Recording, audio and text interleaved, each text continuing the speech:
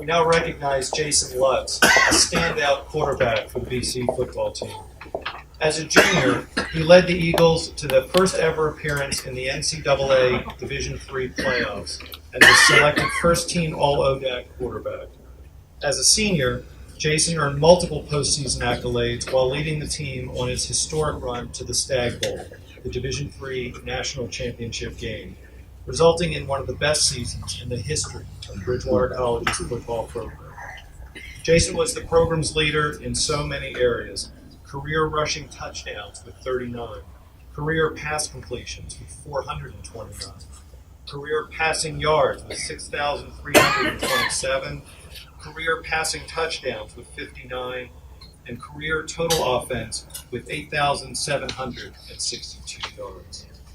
He graduated from BC with a degree in health and exercise science, and after serving as an assistant high school football coach for 10 years at Stonewall Jackson High School and an assistant women's basketball coach at Eastern Mennonite University, he has pursued a successful career in management with Sheets Incorporated.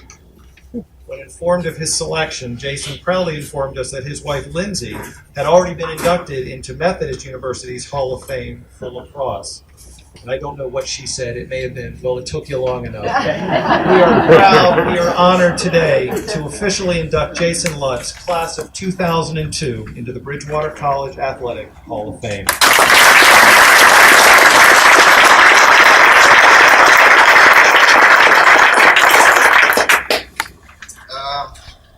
Well, I guess I need to start off by congratulating these guys for making it in. Thank you, Mr. President. And all the guys from the committee, that whoever it is that puts us in here, thank you for that.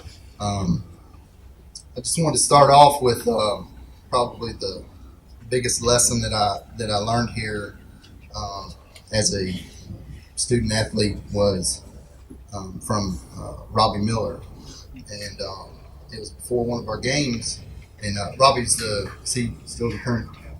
He's the chaplain of the college, and we had a devotional before every game over in the chapel, and his words that he was speaking that particular day really hit me when he started talking about how we so often ask the Lord for so much, but we don't ever thank Him. Okay, so that from that day forward, it really was a big deal for me to give thanks for the things that I had and quit asking for so much. Oddly enough, I started playing better after that too. So, these are the people that I want to give thanks for. I've got to start off with Coach Kroll. He was my high school coach, and he took a chance on a sophomore just to be a starting quarterback, and he held me accountable for everything. And the biggest thing he taught me as a young kid was you can't do it alone when you're playing football. I struggled with that a lot when I was a young kid. And then the next person that I need to thank is Jeff Berner. He was the first person to tell me that my stuff don't stink, so to speak. He was the person that really changed my attitude as far as being an athlete goes. And to be good, I really think people have to carry themselves a certain way, and he really taught me how to do that. Him and his brother Bob were the older brothers that I never had when I was growing up, and of course his whole family. I got to thank them. Pork and Herb, thanks for being there for me all those years. I need to thank President Stone and Colonel Benson. When I showed up here as a freshman, we went to a dinner over at their house, and they said, we want to have a good football team, and that, I think, starting from the top down was a really big, it was a really big influence on all of us, and you can see it actually, we had a good football team by the time I was done. Coach Clark, I got to tell a small story about Coach Clark. He came and he recruited me, and he said, "Yeah, I seen you throw the ball on TV the other night on Channel 3 News." and I said, and it was a playoff game, and I probably threw the ball about 11 times in the game, and I thought to myself, this guy he don't really know much about me, because if we threw the ball, so I played for Coach Kroll. If we threw the ball more than 2 times in a game, he called it an aerial circus. Okay, and something else. And I learned this late. I heard this later too when I got to coach with Coach Kroll. If the referee walked up to him before the game and said, "Do you have any trick plays that we need to know about?" and he would look at him and say, "The forward pass." So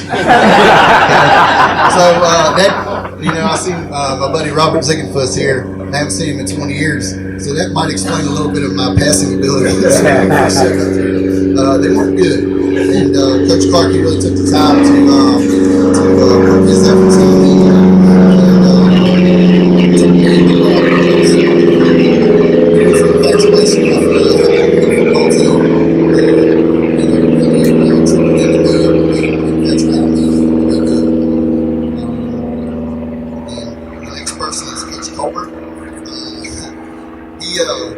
He was the first person to tell me how bad I was, to be honest with you. And he was the offensive coordinator, so that went really good together, me and him.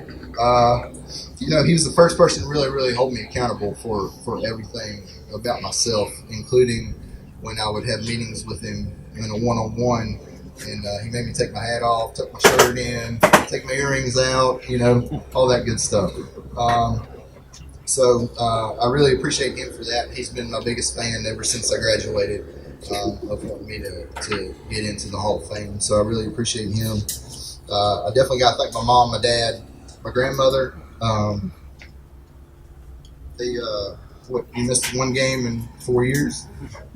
So that was the game they missed was actually the first game of the year, my first game of my career, and I didn't start, and I told him not to come, and the starting quarterback turned his ankle in the fourth quarter, and I went in and scored 2 touchdowns. So they got a little mad at me because I missed it.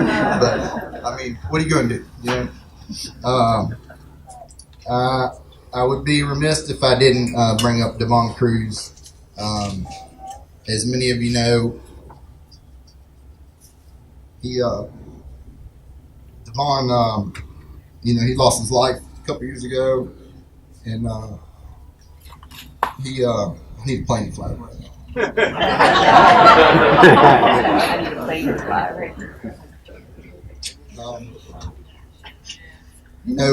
Without Devon and all these guys I played with, I wouldn't be standing here. That's for sure. So thanks everybody that I played with. I think my time's about up. And last group of people, I got to thank my mother and father-in-law too for being here. And I got to thank Benny Stout for saying all those years that I should have been a fullback. Anybody else who ever doubted me, thanks for the motivation.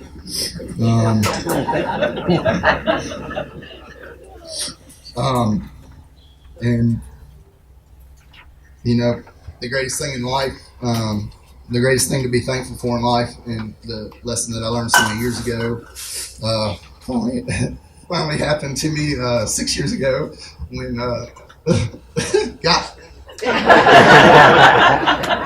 when I met my wife and we got married, and we have 2 beautiful children, and everything in life is good. So thanks, you guys.